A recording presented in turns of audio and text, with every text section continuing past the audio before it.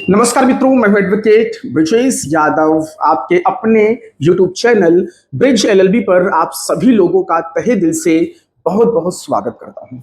दोस्तों, आज की इस वीडियो क्लास के अंदर हम एक बहुत ही महत्वपूर्ण और वेरी वेरी इंपॉर्टेंट टॉपिक और विषय के ऊपर चर्चा और बात करने वाले हैं।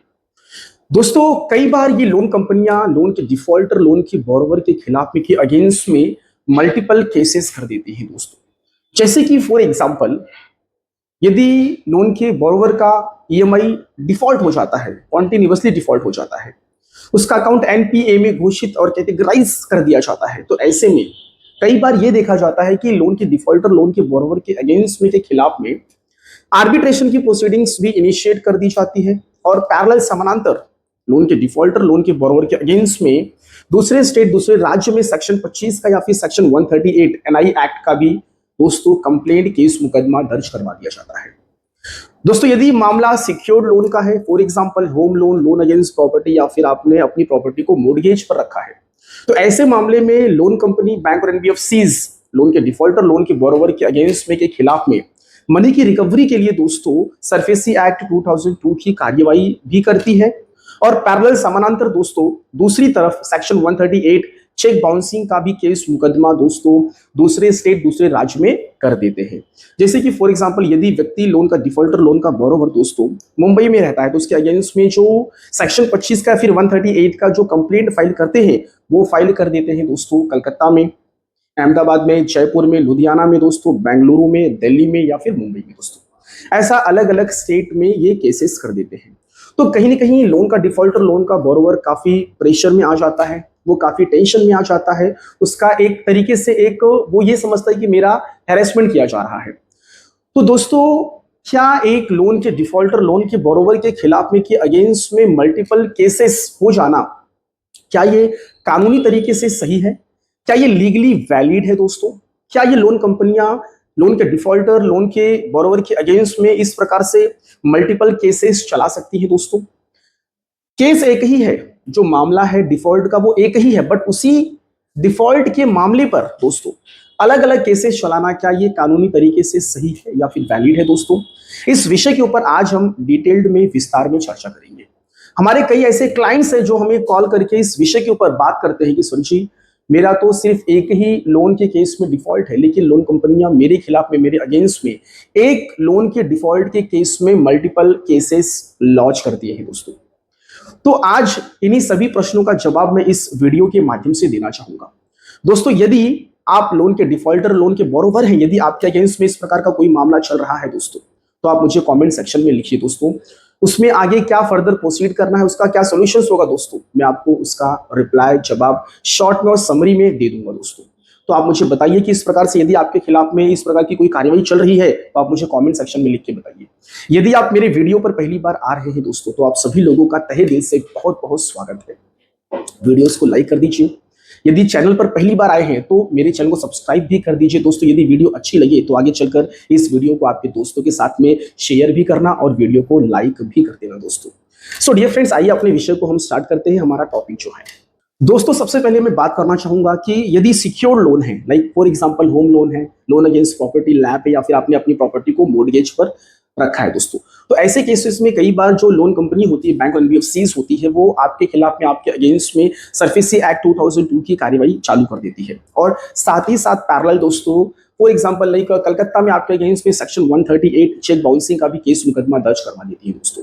आखिरकार ऐसा क्यों होता है? इस चीज को लीगली और कानूनी तरीके से समझना बहुत जरूरी है दोस्तों। देखो, सरफेसी एक्ट 2002 की जो कार्यवाही है, वो कार्यवाही दोस्तों होती है मनी की रिकवरी के लिए। Money recovery in the sense कि लाइक सरफेसी एक्ट 2002 की कार्यवाही करके जो भी आपका पैसा बाकी है, उसमें उसकी वसूली, रिकवरी की कोशिश की जाती है।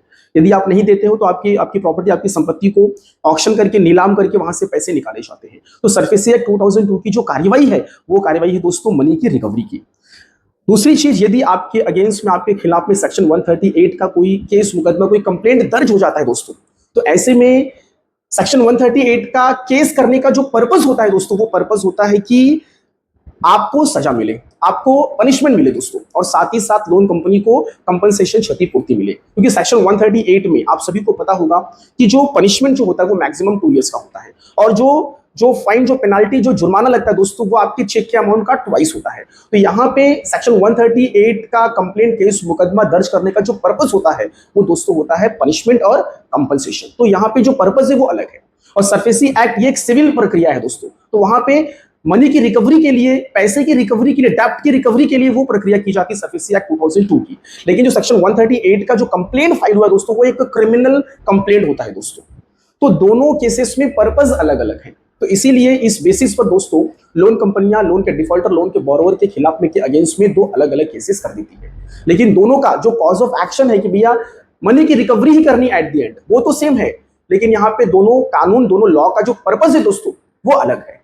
तो सरफेसी 2002 की कार्रवाई ये सिविल नेचर की कार्रवाई है, और सेक्शन 138 एनआई एक्ट की जो कार्रवाई है वो क्रिमिनल नेचर की कार्रवाई है दोस्तों। तो ये फर्क है।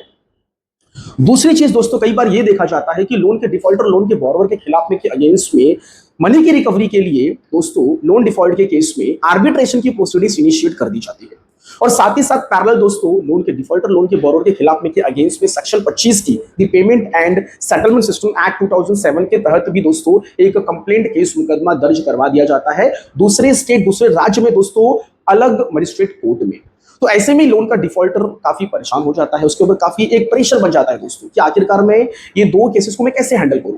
आर्बिट्रेशन की प्रक्रिया चल रही है, वहां से नोटिस आ रही है, सेक्शन 21 के इन्वोकेशन ऑफ आर्बिट्रेशन की नोटिस, अपॉइंटमेंट ऑफ आर्बिट्रेटर की नोटिस, कमेंसमेंट ऑफ आर्बिट्रेशन की नोटिस, हियरिंग्स की नोटिस, फिर लोन डिफॉल्टर लोन बोरोवर के खिलाफ में के अगेंस्ट में एंट्री ऑर्डर पास हो जाता है सेक्शन 17 में, अवार्ड पास हो जाता है। फिर यहाँ पे कोर्ट में कंप्लेंट केस मुकदमा दर्ज होगा सेक्शन 25 का, तो यहाँ से समन्स आ रहा है, बीडब्ल्यू वेलेबल वारंट आ रहा है, एनपीडब्ल्यू नॉन वेलेबल वारंट आ रहा है। तो ये दोनों चीजों को हैंडल करना बहुत डिफिकल्ट हो जाता है, और लोन के डिफॉल्टर लोन के बोरोवर के ऊपर एक मेंटल प्रेशर बन जाता है दोस्तों।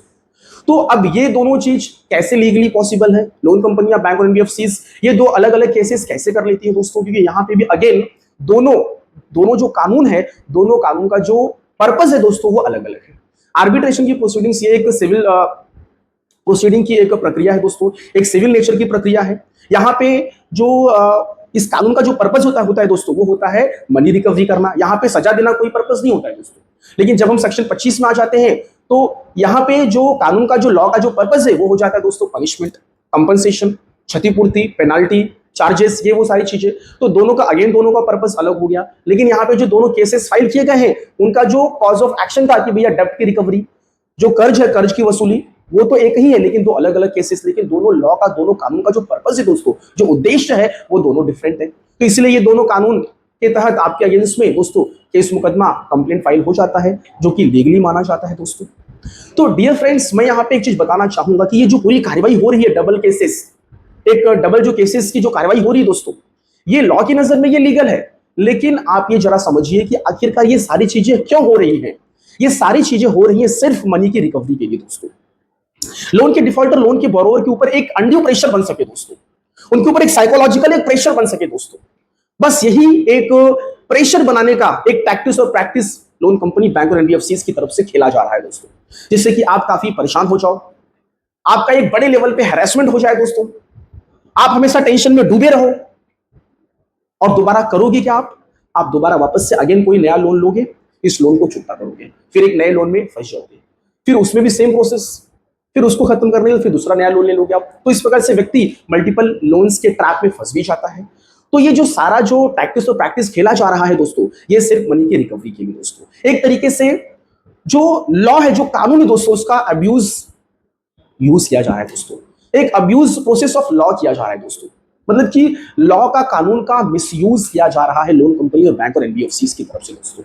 मैं तो ये समझता हूं कि आप एक ही कानून का सहारा लीजिए, एक ही कानून की मदद से आप रिकवरी करिए।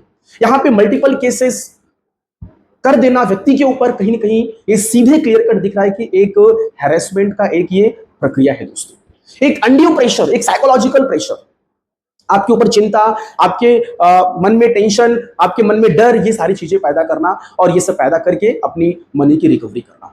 दोस्तों मनी की रिकवरी करना ये सही चीज है, ठीक है, ये बैंक और एनबीएफसीज का ये अधिकार है, ये राइट्स है, उन्होंने आपको लोन दिया है तो वो रिकवरी करेंगे। और मैं तो ये कहता हूं कि यदि आप एक जेन्युइन डिफॉल्टर है तो कोई दिक्कत समस्या नहीं, आप इनसे लड़िए दोस्तों। लेकिन यदि आप विलफुल डिफॉल्टर, आप जानबूझ के इंटेंशनली पैसे नहीं दे रहे, तो दोस्तों ये अपने आप में एक क्राइम है, और ये जो प्रक्रिया हो रही है ना, ये सही है दोस्तों। मैं तो यही बोलूंगा।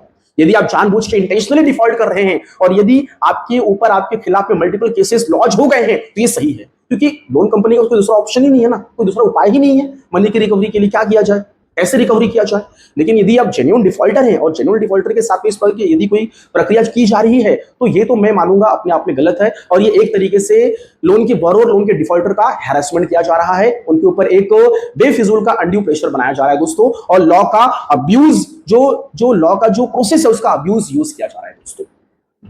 तो डियर फ्रेंड्स, मैं एक चीज हमेशा से मेरी सारी वीडियोस में कहता हूं कि यदि आपके पास पैसे हैं तो दोस्तों आपको पैसे दे देने चाहिए। इंटेंशनली, जानबूझकर विलफुल डिफॉल्ट नहीं करना चाहिए। लोन कंपनियों के पैसे दे देना चाहिए दोस्तों, क्योंकि लोन कंपनी वो अपने पॉकेट से आपको लोन नहीं देती है। उनके पास जो भी पब्लिक के डिपॉजिट्स आते हैं, पब्लिक के जो भी एडवांसेस आते हैं दोस्तों, वही पैसा वो आपके पास घुमाते हैं दोस्तों। वही जनता के जो पैसे होते हैं, पब्लिक की जो मनी होती है, वो आपको लोन के फॉर्म में देते हैं दोस्तों।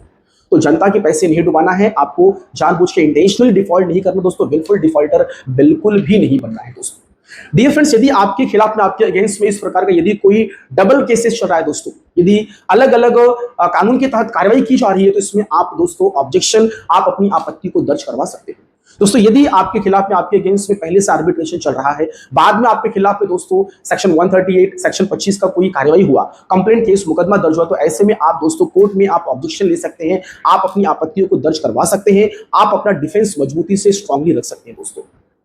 आप उनको बताइए कि यहां पे जो कॉज ऑफ एक्शन था दोस्तों, वो था डेब्ट की रिकवरी, मनी रिकवरी, और इसको लेके ऑलरेडी आर्बिट्रेशन की प्रक्रिया चल रही है। तो कहीं ना कहीं दोबारा वापस से मेरे खिलाफ में, मेरे अगेंस्ट में सेक्शन 138, सेक्शन 25 और क्रिमिनल की कार्रवाई करना, ये कहीं ना कहीं मेरे ऊपर एक ऑनड्यू प्रेशर, एक मेरे ऊपर एक साइकोलॉजिकल प्रेशर बनाया जा रहा है, मेरा एक तरीके से हैरेसमेंट किया जा रहा है, और ये लॉ का अब्यूज यूज किया जा रहा है। इस प्रकार का आप दोस्तों, आप कोर्ट के समक्ष अपना डिफेंस, आप अपना ऑब्जेक्शन, अपनी आपत्ति को आप रख सकते हैं दोस्तों। आप उनको बताइए कोर्ट को आप कि मैं एक जेन्युइन डिफॉल्टर हूं, इस डिफॉल्ट के पीछे मेरा ये रीजन है, ये विलफुल डिफॉल्ट नहीं, ये इंटेंशनल डिफॉल्ट नहीं है। यहां पे लोन कंपनी की तरफ से जानबूझ के इंटेंशनली मेरा हैरेसमेंट करने के लिए, मेरे ऊपर एक अनड्यू प्रेशर बनाने के लिए ये सारी चीजें की जा रही हैं, क्योंकि ऑलरेडी एक केस पेंडिंग है, एक केस ऑलरेडी ऑनगोइंग है। तो कहीं ना कहीं यहां पे एक दूसरा केस करना ये अपने आप में गलत है, इलीगल है, गैरकानूनी है। इस प्रकार का आप मुद्दा उठाइए, इस प्रकार का आप ऑब्जेक्शन उठाइए दोस्तों। डियर फ्रेंड्स, ये जो लोन डिफॉल्ट का जो मामला होता है, ये प्योरली पूरी तरीके से सिविल नेचर का मामला होता है। तो ऑलरेडी इसमें सिविल की प्रक्रिया चल रही है, सिविल की प्रोसीडिंग चल रही है, आर्बिट्रेशन चल रहा है, सरफेसी एक्ट 2002 की कार्रवाई चल रही है। तो साइड में अलग से पैरेलल, समानांतर क्रिमिनल की कार्रवाई क्यों की जा रही है?